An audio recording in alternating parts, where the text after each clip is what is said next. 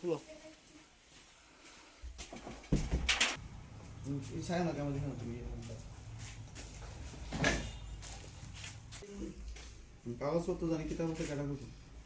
উরস্ত্রি করে আমার মাইরা দইটা রাখছে না এর নাম্বার আছে নি স্যার ওই পাপিয়া দেবনাথ কালকা রাত্রে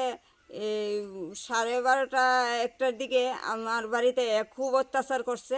আমার বাড়ি ঘর ভাঙচুর করছে আমারে মারছে আমার মায়েরে মারছে তাই উদ্দেশ্য আমার আগের থেকে আমরা ফ্যাশনে লাগিয়ে রয়েছে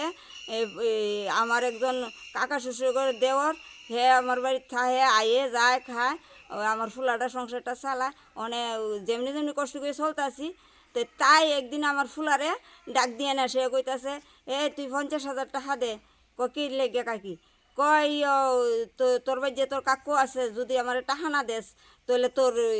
তোর ফাঁসাই দিব কিন্তু তো আমার বেলা টাকাটা দিয়ে আমার নাইলে আমি বিজেপির একজন পঞ্চায়েত সমিতির কি তা জানি পঞ্চায়েত সমিতির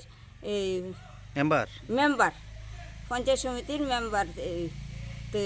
ওখানে এই পাপিয়া কালকা এই অত্যাচারটি করছে আমার মায়ের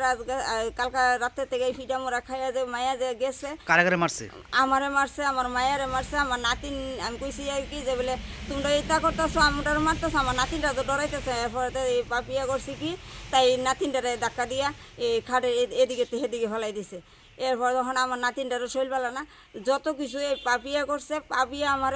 একবারে পঞ্চায়েত সমিতির মেম্বার হ্যাঁ পঞ্চায়েত সমিতির মেম্বার বাড়ি কোন জায়গা জানেন বাড়ি তো বাজারের লগে